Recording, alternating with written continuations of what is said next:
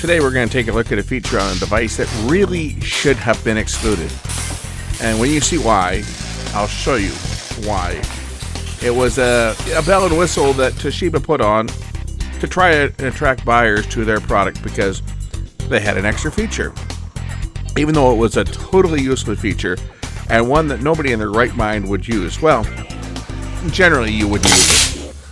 This is going to be kind of a little fun video, a little experiment. I don't know how long it's going to run for, but we'll run it for a while. This is an early Toshiba DVD recorder. This one's called the DW2. It works. As far as I know it works. Let's pop the top off of it. We'll take a look at the drive that's in this one. Because this is an early DVD recorder that Toshiba had. I've had this one for years. I think I bought this right after I bought my Panasonics. Because it could record not only DVD-R, but it could record on -RW. But it does not do the +RWs. Like the model that replaced this did the +RWs. And this one has a tuner in it. Not only does it have a tuner in it, but it has a stereo tuner. Whereas a lot of the ones that followed that had tuners in them just had a mono tuner. And this was because this was around before the transition got going to digital TV. So everyone was still dealing with analog over-the-air signals, and we're using a machine much like this for time shifting. And the fact that it could record on DVD-RW meant you could erase and reuse your discs. But it had a lot of neat features that I think were dropped from a lot of the other ones. Some of them were features that really needed to get dropped, and we're going to go into that on here. But here's the inside of this one. As I said, this one has not seen power in a long time. I used to use this as one of my archiving machines, but I started using other ones just because I had other ones to use. Here's the main board. Oh, it's got our ugly little buddy capacitors on here just ready to leak. But as far as I know, this unit still works. And I'm going to burn a disc on it for you guys' pleasure. We're going to try a speed on this that none of the other machines have. And that is because this machine, oh look at this, I can remove this cover and we should be able to see the laser operating on this thing while it's writing without having to remove the clamp. Alright! Cool! How many DVD recorders could you do that on? And look, no fan. So we open and close.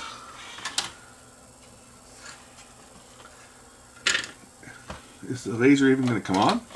Maybe this thing's broken. I don't see anything. I don't see any laser. Maybe this thing's broken. I haven't used it in years, so for all I know it doesn't work anymore, but we'll see. I was going to try recording on this tonight. It says loading. Oh, there it goes. Can they see the laser? Oh yes, there it is. The red laser's on. This must do a search with the infrared first and check for a disc. But it is loading. Now, as I say, this does have a stereo tuner on it. And we're going to take advantage of that stereo tuner because I'm going to record a disc. And then we can see how bad this thing looks. Because, you see, this machine has something that none of the other ones I've ever seen had. And that was the recording time. Check this out. So this machine had multiple recording speeds, as they all do. Most have 1 hour, 2 hour, 4 hour, 6 hours, right? This one has 1 hour, 2 hour, 4 hours, 6 hours, 8 hours, and 10 hours. 10 hours on one disc.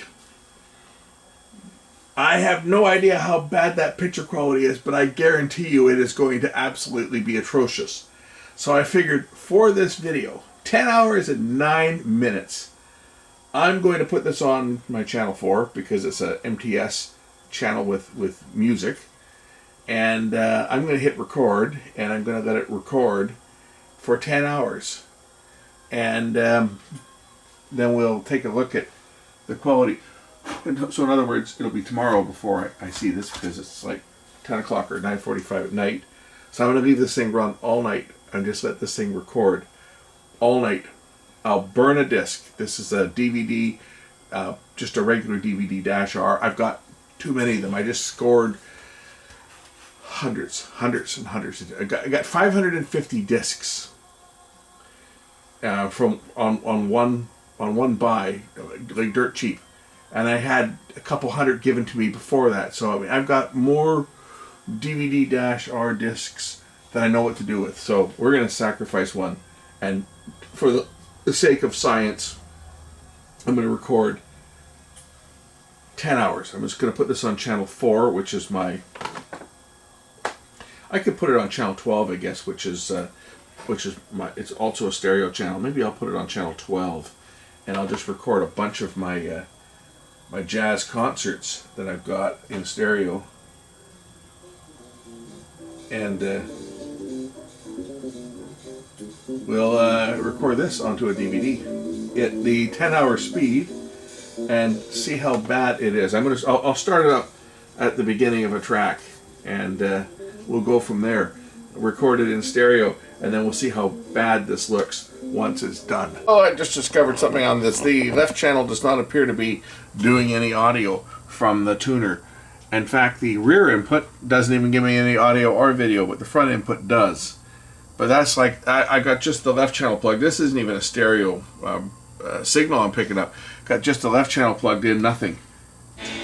Plug in the right channel, I get just the right channel. If I go to a stereo input, again, I'm only getting the right channel. So there's no point in trying to record off the tuner on this. What I will do is I will record from the line input. And where is it here?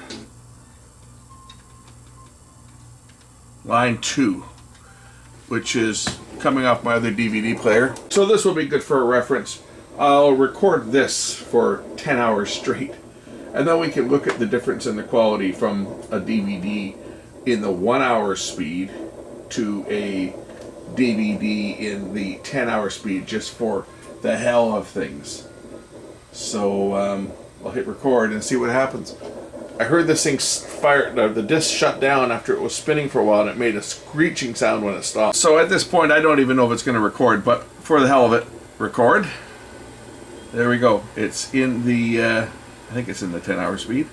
Pretty sure I had it in the 10-hour speed. Okay, we are recording in the 10-hour speed. It'd be interesting to see how bad this recording looks once it's done. But the laser is not even writing anything yet. It's just sitting there. The data is being stored in a memory buffer. And once that buffer gets full, the laser should actually go brighter and it should write to disk. So we'll see how long it takes before it actually writes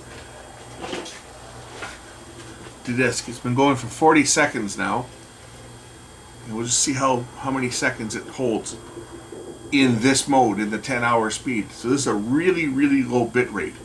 It'll be interesting to see how this picture looks once this disc is done. Coming up on a minute.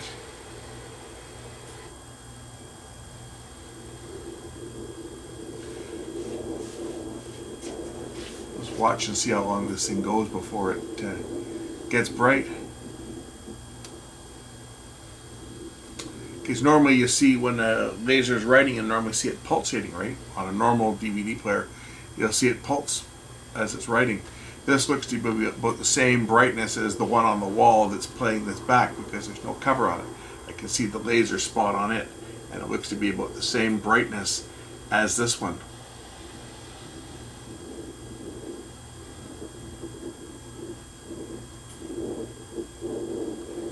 Minute 42, and it still hasn't written anything to disk.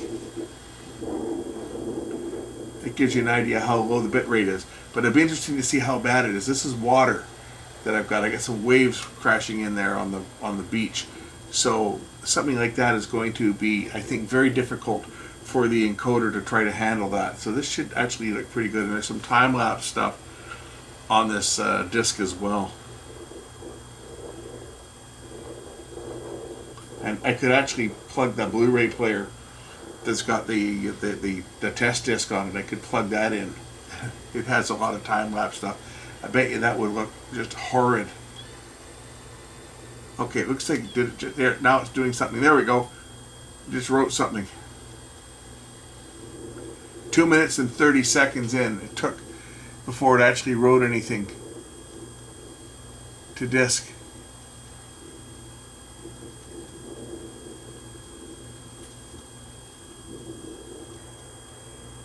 And now it seems to be writing, well, a little more frequently.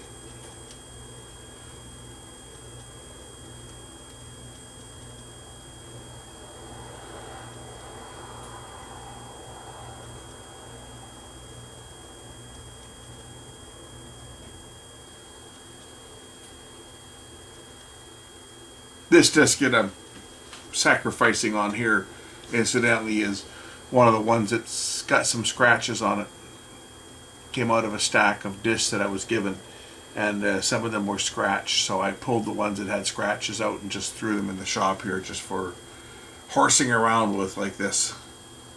But anyway, I'm going to let this just run and let it record, and we'll pick this up tomorrow in 10 hours when this is done. This will be done at about 8 in the morning or so. This will be done about the time I'm leaving for work. So, or a little after, because it's going to go for about 10 hours and 9 minutes, I think. So I'll let this run overnight, and we'll check it tomorrow and see how bad the picture is. It should be worse than horrible. Why they put a 10-hour speed on this machine is anyone's guess. Because as far as I'm concerned, DVDs, if they're recorded anything longer than, well, Panasonic had a nice compromise on their series of machines. They had what's called a flexible recording, which could make a recording fit. You could set the timer, right? And if you needed 2 hours and 20 minutes or 2 hours and 40 minutes, 2 hours and 80 minutes, that would be 3 hours and what, 20? But if you needed a non-standard time on the Panasonic, you could set incrementing by the minute, and it would calculate out and fill the disc, so you could maximize the picture quality as opposed to just using the 1 hour, the 2 hour, the 4 hour, the 6 hour speed. My other Toshiba has an 8 hour speed, and okay, this one here has got the 10 hour speed. And I think the only thing I've ever used this for was I had a guy that used to like the music channels off of satellite TV. This is back before I had off my old big dish. I used to be able to get the DMX channels off of my old big 10-foot satellite dish. And I had a guy, one of my neighbors. He was a fan of country music, so I would record with no video. I just put a black video in here so that we weren't wasting any bandwidth on video, and I would just record the sound, and the sound sounded fine, and I could get over 10 hours on a single disc, and I would just plug it in to the satellite receiver and hit record and let it record all day, and then he would just put it in his DVD player and listen to it with no picture, just a blank screen, and let it play. And we used to use this machine quite a bit for that, in that speed, just because the sound quality of it was fine. You know, it was like MP3, but it wasn't super bad. It was no worse than most of the MP3s of that time were, you know, which sounded a lot like the internet broadcast now from radio stations. But used to use this for that in that speed, just because you get 10 hours on a disc. Anyway, we'll pick this up tomorrow once this is finished recording, and take a look at how bad the picture is, because I guarantee it's going to be worse than bad. Alright, it's finished recording, all 10 hours and however many minutes it went on here. Let's finalize the disc. So I'm going to go into Finalize, and this will spin it up. I'll kill the light so you can watch the laser in operation. And there it goes.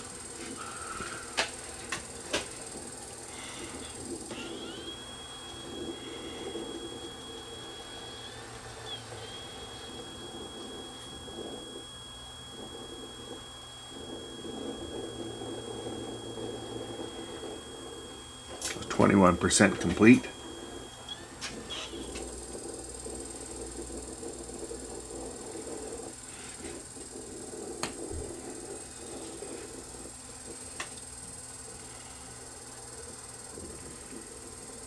%, complete. 25%.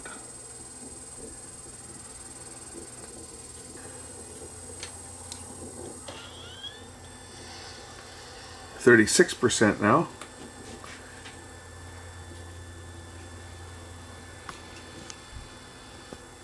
Goes back in and writes some more information in the table of contents area of the disk.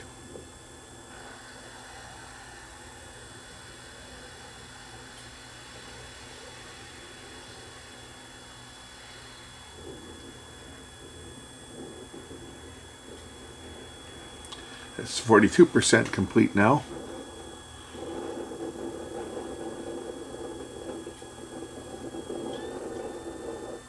Now it's 100%. So it's just finishing up. There we go. Okay, now it should go in and read the menu, which it did. There's one program recorded. Let's see how pathetic it looks when I press play.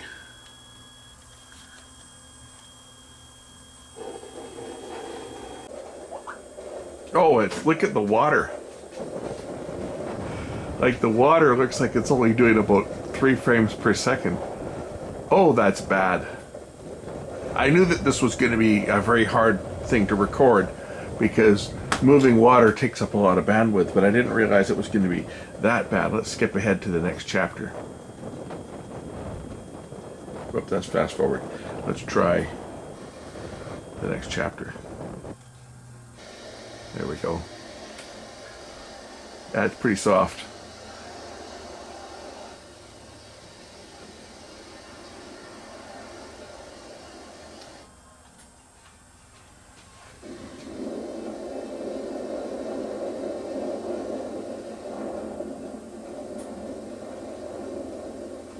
There's no detail, as you can see. What a soft picture. Well, we'll take a look at, I'll analyze the disk. I'll take the disk and import it into the computer and see how bad it really is. We'll take a look at the resolution on it. I bet you it's like 240, if that. I'm sure the sample rate is very low. But as you can see, the picture is absolutely pathetic. Here, take a look at this transition here. Well, just the water going off the rock down at the bottom there is... Watch down here. It just kind of disappears.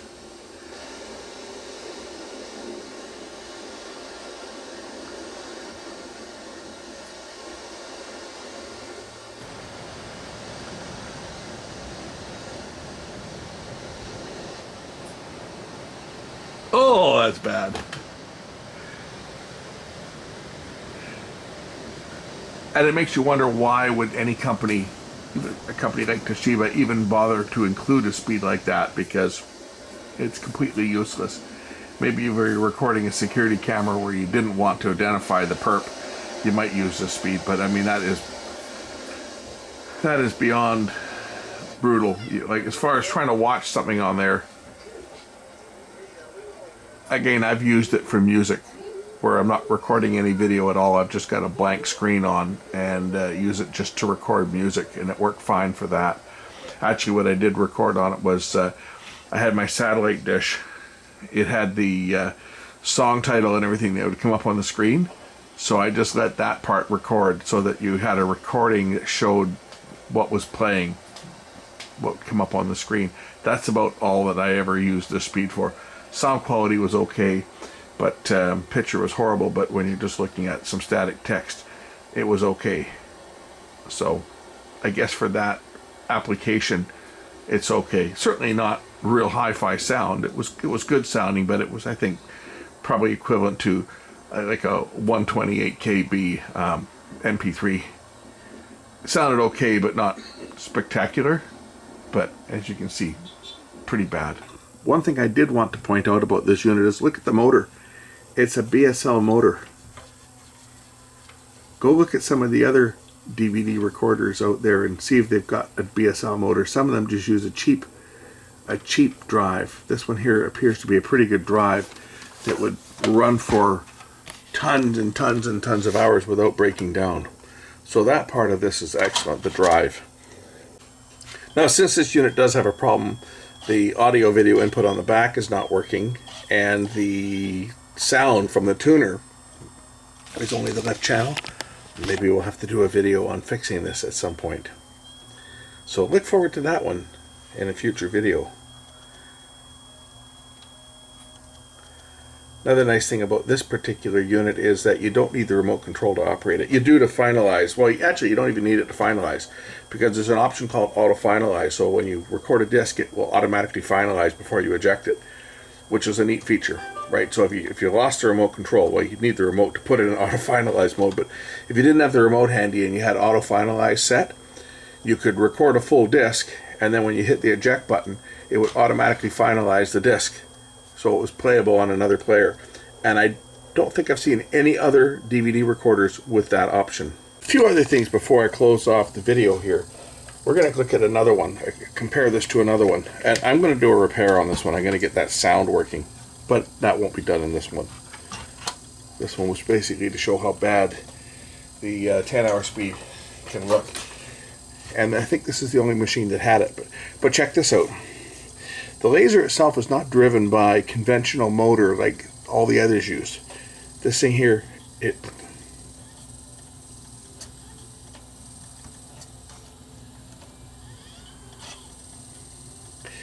I'll show you the motor that controls this, because it's quite unique. And I've never seen this on any other recorder. See, it doesn't have the conventional worm gear. And I'm going to show you another Toshiba, the next generation after this. But look at this.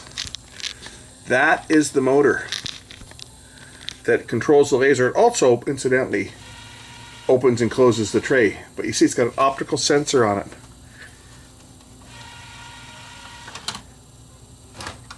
And that motor spins.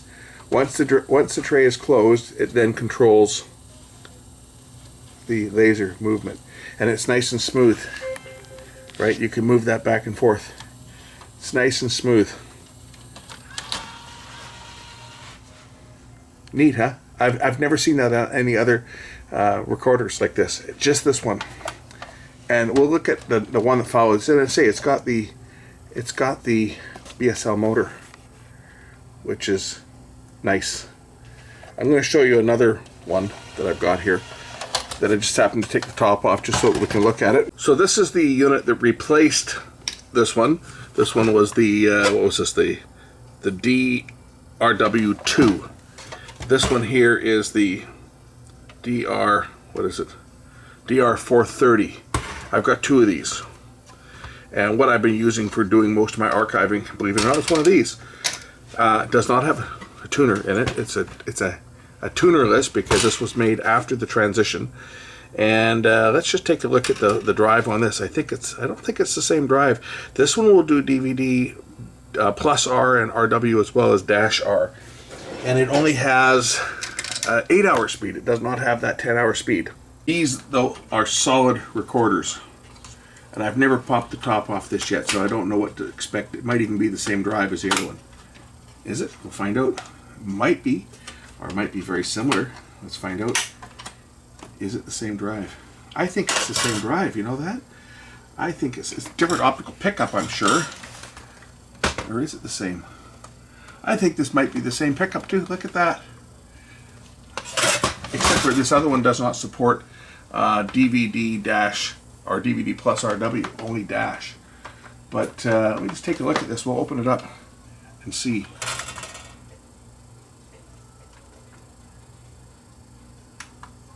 Gotta turn it on.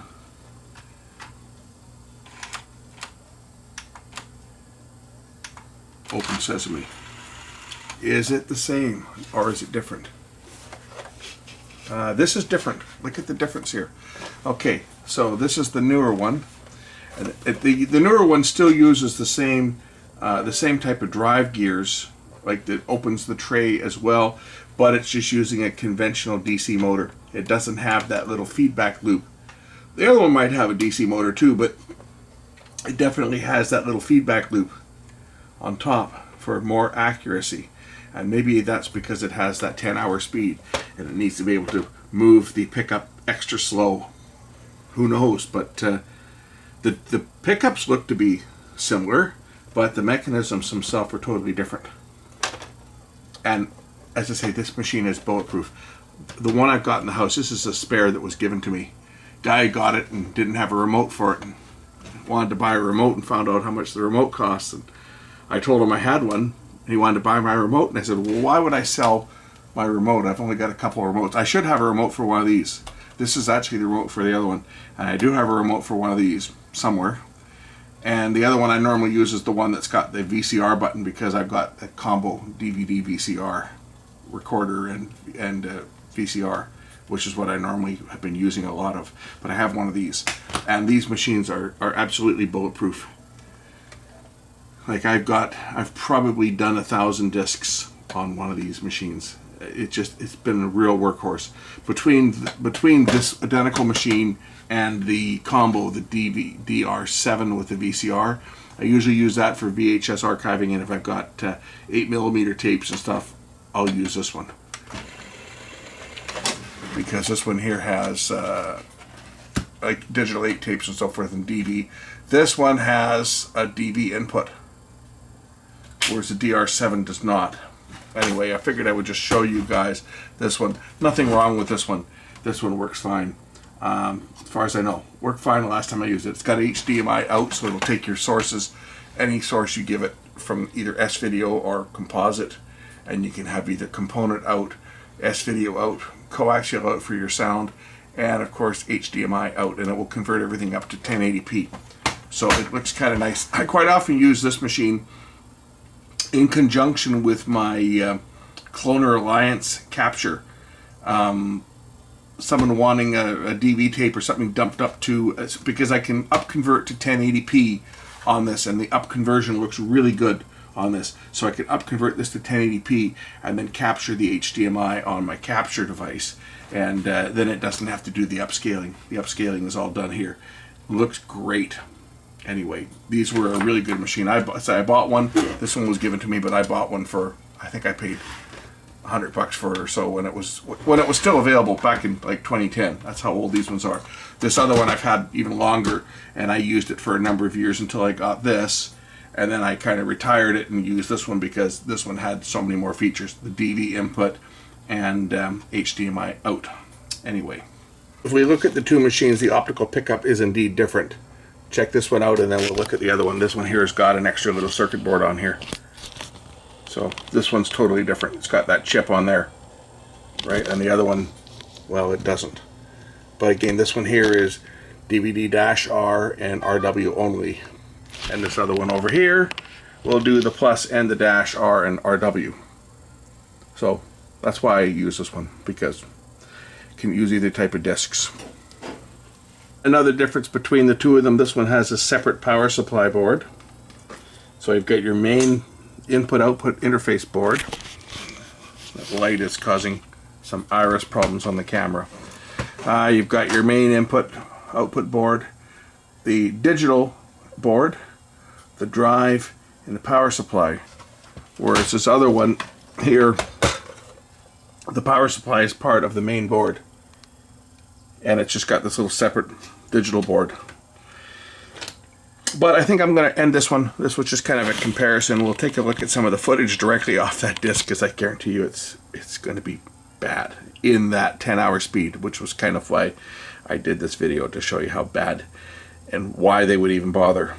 But as I said, it was useful for doing audio recordings. I was mentioning before that I had a guy that I knew. He's moved now, but he used to get me to record 10-hour discs of music, and he would just listen to them on his DVD player, and he thought it was great. I don't think he watched any movies on his DVD player. He just used to use it to listen to music, and I must have made 20 or 30 discs just off of my music service off satellite. Just record. For that, it did a good job, and okay, I'm hanging on to this one just because I think it's kind of unique. And with that encoder that we see here on the Traverse motor, it makes it kind of unique. A little different than the other one. I think it probably is a servo motor underneath there. It doesn't look like a regular motor. Don't worry, the other one's unplugged. I unplugged the other one, so I'm not like I'm gonna damage anything, but I don't see a conventional motor under there. Maybe there is hiding under there somewhere, but anyway, I just thought that was kind of neat with that optical encoder on that motor. I've never seen that before.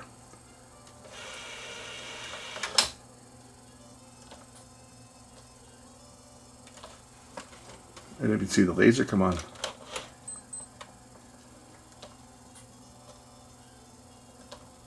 I bet it does an infrared search to see if there's a disc in. It does it? Let's see here. Yes, it does an infrared. So it turns the infrared laser on. Okay, we didn't see a red laser come on when I did that.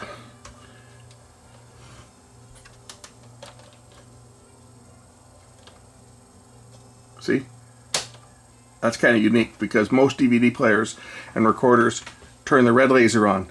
And then if they detect that it's a CD, they turn on the infrared laser. This one does the opposite. This one turns on the infrared laser to see if anything reflects, and then it looks to see whether it's a DVD or not. So it does things a little bit differently than the other ones. Anyway, I think I'm going to end this one now. Thanks for watching. We'll catch you in the next one. Bye.